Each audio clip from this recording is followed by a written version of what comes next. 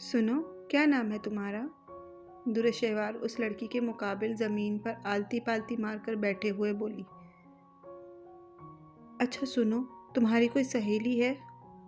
جانتی ہو، میری کوئی سہیلی نہیں ہے، میں بہت اکیلی ہوں۔ کیا تم میری سہیلی بنو گی؟ درشہوار نے ایک بار پھر ناکام سی کوشش کی۔ اچھا ٹھیک ہے، تم نے مجھ سے بات نہیں کرنی تو مت کرو، میں بھی یہ چاکلیٹ مہک کو دے دوں گی۔ معمول کے مطابق مقابل بالکل خاموش تھی۔ درشہوار نے نم آنکھوں سے اسے دیکھا، جو مائر کی طرح بہت زیادہ خوفزدہ تو نہیں تھی اور نہ ہی اس نے اپنا ذہنی توازن کھویا تھا، مگر اپنی عزت اور وقار کھونے کے بعد وہ اسی طرح ٹوٹ گئی تھی۔ چہرے اور ہاتھوں پر نظر آتے کسی کی درندگی کے نشان اس کی اصل خوبصورتی کو چھپا گئے تھے۔ یقیناً یہ مجھ سے بھی زیادہ خوبصورت ہوگی۔ درشہوار نے بے ساختہ خود سے اس کا موازنہ کیا۔ سنو، کیا میں اتنی بری ہوں کہ یہ پری مجھ سے بات نہیں کرنا چاہتی؟ درشہوار کی آنکھوں میں چمکتی نمی نے بالآخر اثر دکھایا۔ اس لڑکی کے چہرے کے تاثرات کچھ نرم پڑے۔ نہیں، میں پری نہیں ہوں، میں رمشا ہوں، جو اب اچھی نہیں رہی۔ تم اگر مجھ سے بات کرو گی تو میرا منحوس سایہ تم پر بھی پڑ جائے گا اور تم بھی بری بن جاؤ گی، وہ یاسیت سے بولی۔ پہلی بات، میرے لیے تم کیوٹ سی پری ہو۔ دوسری بات، یہ منحوس وغیرہ سب فرسودہ باتیں ہیں، کوئی بھی شخص منحوس نہیں ہوتا۔ درشہوار نے دھیرے سے اپنا ہاتھ رمشا کے ہاتھ پہ رکھ کر کہا تو نہ جانے کیوں وہ یکدم بھڑک گئی۔ نہیں، میں نے کہا نا میں بری ہوں تو مطلب بری ہوں، دور ہو جاؤ میرے پاس سے۔ رمشا نے چیختے ہوئے درشہوار کو دھکا دیا۔ اس کی آواز پر سیویئر اور اس کی ٹیم کے ممبرز کے ساتھ وہ بچہ بھی اٹھ کر آ گیا جو پچھلے 2 ماہ سے مسلسل ایک کمرے میں گمسم پڑا تھا۔ دروازے کے پیچھے چھپ کر وہ خوفزدہ نظروں سے رمشا کو دیکھنے لگا۔ ٹھیک ہے، کوئی تمہارے پاس نہیں آ رہا، تم خاموش ہو جاؤ۔ دیکھو، میں سب کو یہاں سے لے کر جا رہا ہوں۔ سیویئر نے درشہوار کو اشارے سے اٹھاتے ان سب کو باہر جانے کا کہتے ہوئے نرمی سے رمشا کو مخاطب کیا۔ حیرت تھی کہ رمشا سیویئر کی بات پر خاموش ہونے کے ساتھ ساتھ پہلے سے پرسکون بھی دکھائی دینے لگی۔ سیویئر اسے بیڈ پر بیٹھنے کا کہتے خود باہر آ گیا۔ درشہوار نے رمشا کے لیے چند دوائیاں لکھ کر نمبر 3 کو پرچہ پکڑا دیا۔ اب مجھے چلنا چاہیے، رات کے 11 بج گئے ہیں، درشہوار نے باہر کی جانب قدم بڑھاتے ہوئے کہا۔ سیویئر بھی اس کے پیچھے پیچھے چلا آیا۔ سیویئر، ایک بات کہوں؟ اس کے پیچھے چلتے چلتے درشہوار نے اجازت چاہی۔ حیرت ہے، تم جیسی منہ پھٹ لڑکی بات کرنے کے لیے اجازت مانگ رہی ہے، سیویئر نے تاک کر طنز کر دیا۔ تعریف کے لیے شکریہ، بس وہ کیا ہے نا، اپنی اس کوالٹی پر کبھی میں نے غرور نہیں کیا۔ مقابل بھی ڈھیٹ اتنی ڈھیٹ درشہوار تھی۔ اچھا خیر، یہ سب باتیں چھوڑو، میں تم سے یہ کہنا چاہتی تھی کہ دیکھو، سانس لینا ہی زندگی کا نام نہیں ہے، بلکہ زندگی کو انجوائے کرنا اور کھل کر جینا ہی اصل زندگی ہے۔ وہ بچہ بلال اور رمشا، ان دونوں کو تم نے اس تکلیف دہ زندگی سے تو بچا لیا ہے، لیکن اب جو وہ زندگی جی رہے ہیں وہ اس میں صرف سانس لے رہے ہیں۔ ان کی روح کہیں بہت پیچھے زخمی حالت میں ابھی بھی اسی مقام پر کھڑی ہے۔ تم جانتے ہو، ان کی مسیحائی کے لیے تمہارا ان کے ساتھ تھوڑا وقت گزارنا بھی بہت ضروری ہے، درشہوار ڈاکٹری تجزیہ کرتے ہوئے بولی۔ تم کیا چاہتی ہو؟ ان 2 کی زندگی کو زندگی کے اصل معنی سمجھانے کے لیے باقی سینکڑوں کی زندگی کو داؤ پر لگا دوں، جو آج بھی کہیں نہ کہیں کسی کی مدد کے منتظر ہوں گے؟ سیویئر نے تلخی سے جواب دیا۔ میں نے ایسا کب کہا؟ بس 2 گھڑی وقت نکالنے کا ہی کہا ہے، وہ خفیف سا ہو کر بولی۔ تم میری بات چھوڑو اور اپنی بات کرو، تمہارے لیے ایک آفر ہے، وہ ٹھہرتے ہوئے بولا۔ وہ کیا؟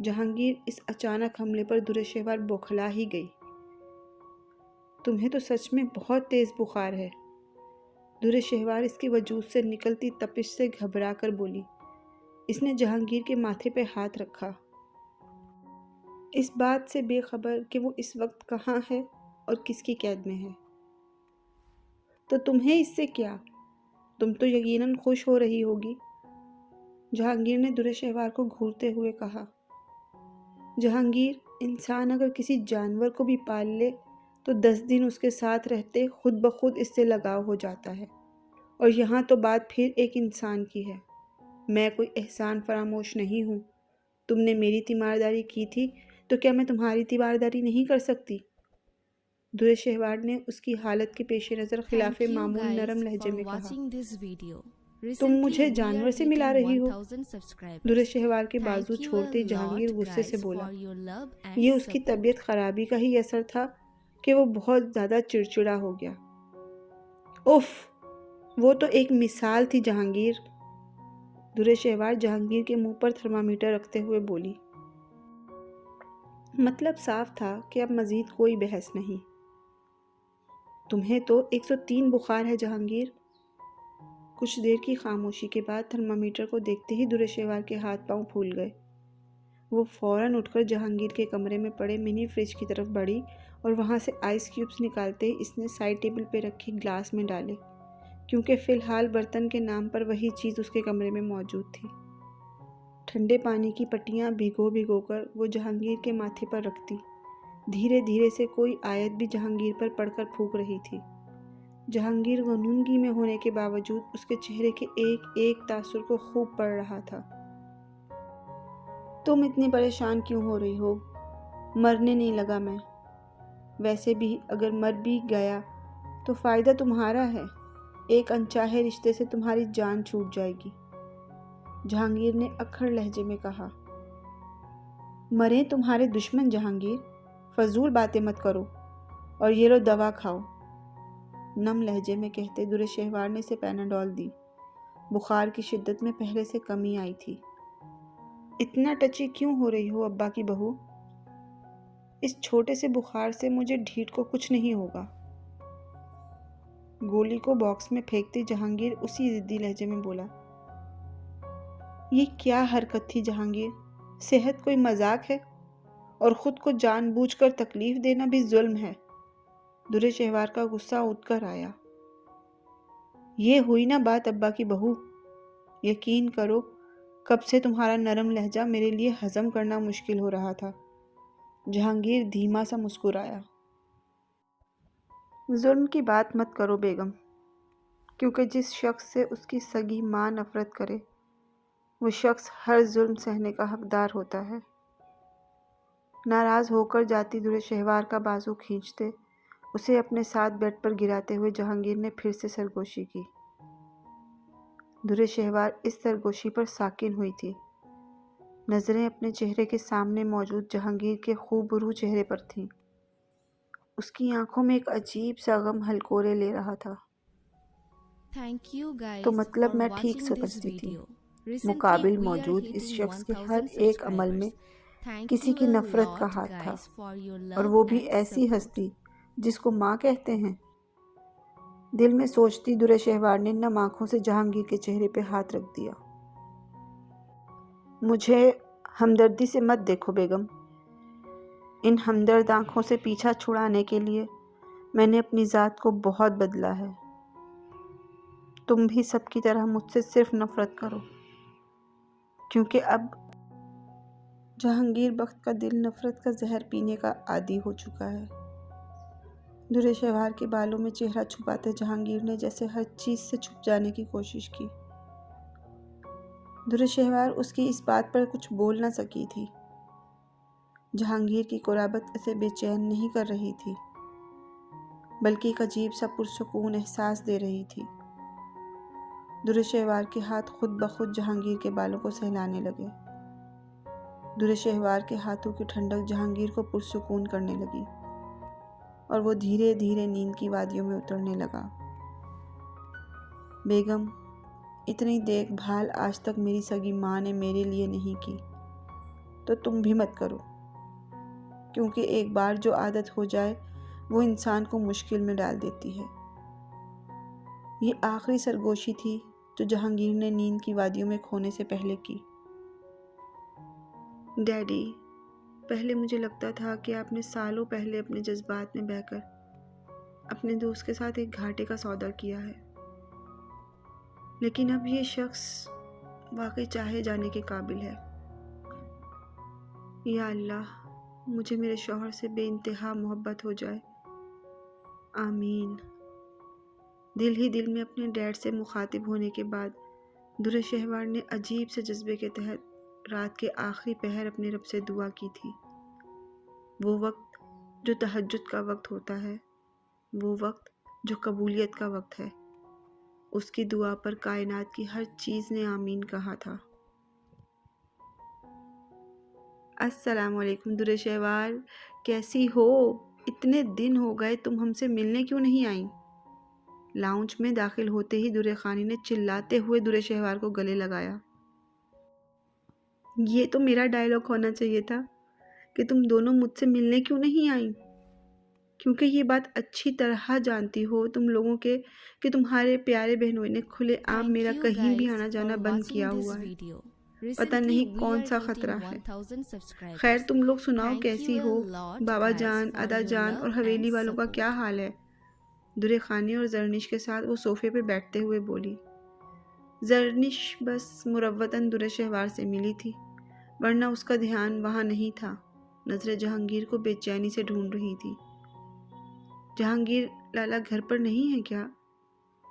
در خانی نے گھر والوں کی خیر خیریت بتانے کے ساتھ ساتھ جہانگیر کا بھی پوچھ لیا، گویا اس نے زرنش کے دل کی بات کر دی ہو۔ تمہارے بھائی جی بھی کام کے لیے عجیب جنونی آدمی ہیں۔ 2 دن پہلے بخار میں تڑپ رہے تھے، بخار اترتے ہی ایسے غائب ہوئے ہیں کہ پچھلے 2 دن سے گھر نہیں آئے، مسلسل آفس میں ہی ہیں۔ کبھی کبھی وہ ایسے کام کرتے ہیں کہ میری پرواہ بھی بھلا دیتے ہیں۔ پھر مجھے غصہ آنے لگتا ہے کہ ایسا بھی کیا ان کے کندھوں پر ملک چلانے کا بوجھ ہے کہ گھر کو ہی بھول جاتے ہیں۔